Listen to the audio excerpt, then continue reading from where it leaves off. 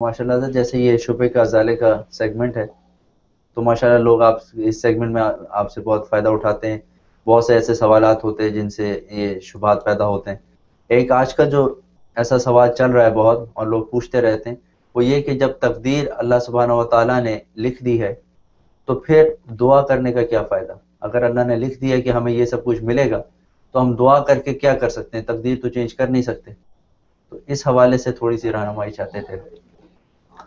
اچھا شبہ ہے، لیکن یہ کہ اصل میں بات یہ ہے کہ دعا بھی تو تقدیر میں لکھی ہوئی ہے. خیر پہلی بات تو یہ کہ تقدیر کی دو قسمیں ہیں، ایک تقدیر اٹل ہے اور ایک تقدیر معلق ہے. تقدیر مبرم اور اٹل وہ ہوتی کہ جو بدلتی نہیں ہے، تبدیل نہیں ہوتی، کہ کب پیدا ہوگا اور کب مرے گا، تو یہ تقدیر اٹل ہے. اور ایک تقدیر جو ہے معلق ہے کہ جو آسمان زمین کے درمیان لٹکی رہتی ہے، تو بس اوقات دعا کے ذریعے سے وہ بدل جاتی ہے. جیسے امتحان میں بچہ پاس ہوگا یا فیل ہوگا، یا لڑائی میں جنگ میں فتح ہوگی یا شکست ہوگی، یا مریض صحت یاب ہوگا یا بیمار رہے گا، تو یہ تقدیر معلق ہے. یہ انسان اپنے اسباب کے زور پہ دعاؤں کے ذریعے سے اس کو بدل سکتا ہے.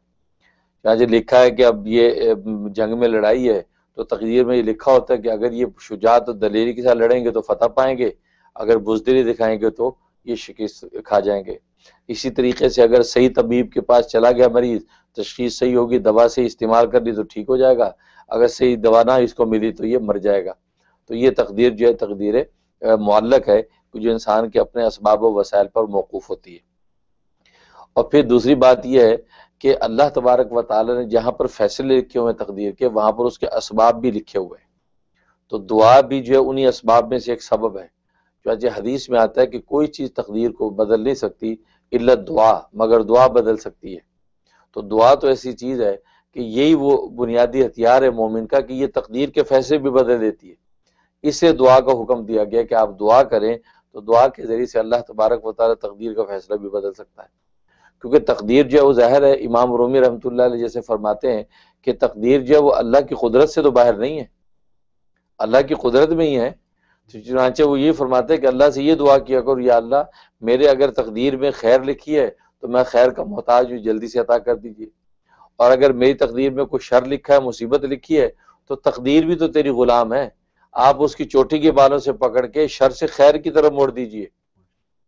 تو اس لیے یہ کہنا کہ تقدیر میں لکھ دیا گیا بات ختم ہو گئی، نہیں، ہم اپنے جو ہے وہ دعاؤں سے اور اپنے ایقان سے اور رجوع اللہ سے اس کے فیصلے کو بھی بدلوا سکتے ہیں اگر دعا میں اتنی طاقت ہے. تو اس لیے حدیث میں فرمایا کہ دعا ہی تو ہے جو تقدیر کے فیصلے بدل سکتی ہے. باقی جو تقدیر مبرم و اٹل ہے کہ اللہ نے فیصلہ کر دیا کہ اس کی اتنی زندگی ہونی ہے، اس سے ایک لمحہ اوپر و زیادہ کم و زیادہ نہیں ہو سکتی، وہ ایک اللہ کا اپنا ایک عادت شریف ہے، اس پر فیصلہ کرتا ہے. لیکن دعاؤں کے ذریعے سے اللہ اس زندگی کے اتنے لمحے کو اتنا قیمتی بنا دیتا ہے کہ انسان 40 سال کے عرصے کے اندر اتنا کام کر جاتا ہے جیسے جو وہ اس نے 80 سال زندگی گزاری، یا 50 سال کی زندگی میں اتنی نعمتیں اور اتنی جب وہ شاندار زندگی اس کو ملتی ہے، اتنی راحت و آرام ملتا ہے کہ جیسے 100 سال زندگی گزاری ہے. تو اس کی کوالٹی کو اللہ تبارک و تعالی دعا کی وجہ سے اچھا کر دیتے ہیں. اور پھر تیسری بات یہ کہ ہمیں خبر تو نہیں ہے کہ کس آدمی کی تقدیر میں کیا لکھا ہے، ہم نے تو دعائیں کرنی ہیں. اس لیے ہم تو ہمارا فقیر کا کام تو صدا لگانا ہے گلی میں، یہ تو سخی داتا کا کام ہے، ہاتھ نکال کے ایک لفظ جو آٹے کی ڈال دے گا. تو ہمیں کیا پتا کون سا گھر والے دے گا کون سا نہیں دے گا، تبھی تو فقیر صدا لگاتے ہی گزرتا ہے. تو اس لیے ہمارا کام تو پکارنا اپنے رب کو. اب ہمیں تقدیر کے پردہ غیب میں فیصلے خبر تو نہیں ہے کہ کیا لکھا ہے، تو کیا ہم خاموش ہو کے بیٹھ جائیں؟ ہمارا کام مانگنا ہے، تو جو لکھا ہوگا اللہ اس کے مطابق خیر عطا کر دیں گے. تو اس لیے یہ کہنا کہ دعا نہ کریں یہ تو بالکل نالائقی کی بات ہے. بلکہ دعا کے بارے میں تو حدیث فرمایا کہ دعا مخ العبادہ، کہ دعا عبادت کا مغز ہے، جو ہے کہ خلاصہ جو ہے عبادت کا ہی دعا. تو اگر عبادت کر لی اور دعا نہیں کی تو پھر تو آپ کو کچھ نہ ملا. اس لیے دعا کی قیمت اپنی جگہ پر ہے، باقی تقدیر کے فیصلے اپنی جگہ پر ہے. بلکہ نبی پاک صلی اللہ علیہ وسلم نے تو تقدیر کے معاملات میں زیادہ گھسنے سے بھی منع کیا ہے، اس لیے کہ اس میں عقلی مشگافیاں اگر آپ استعمال کریں گے تو کسی نتیجے پہ نہیں پہنچ سکیں گے. کیونکہ اللہ تبارک و تعالیٰ کی تقدیر کا یہ باب جو ہے وہ عقلوں کے اندر آنے والا نہیں ہے، یہ اللہ تبارک و تعالیٰ کی اپنی قدرت ہے. بس جو ظاہر شریعت اور سنت جو ہمیں زندگی کا ایک ضابطہ دے دیا، بس ہمیں اس ضابطے کے اوپر چلنا ہے. اگر ان چیزوں میں پڑھیں گے جی تقدیر میں یہ لکھا ہے وہ لکھا ہے، تو پھر تو آپ کچھ بھی نہیں کر سکیں، نہ کوئی جاب کے لیے جائے گا، نہ کوئی کسب معاش کے لیے جائے گا، نہ طالب علم پڑھنے کے لیے جائے گا، پڑھا رہے گا کہ جی تقدیر میں شاید یہ لکھا ہے جو میں بیٹھا ہوں، صحیح بات ٹھیک ہے نا؟ تو اس لیے یہ تصور جو ہے ہاں یہ نظام سب خراب ہو جائے گا۔ ماشاءاللہ۔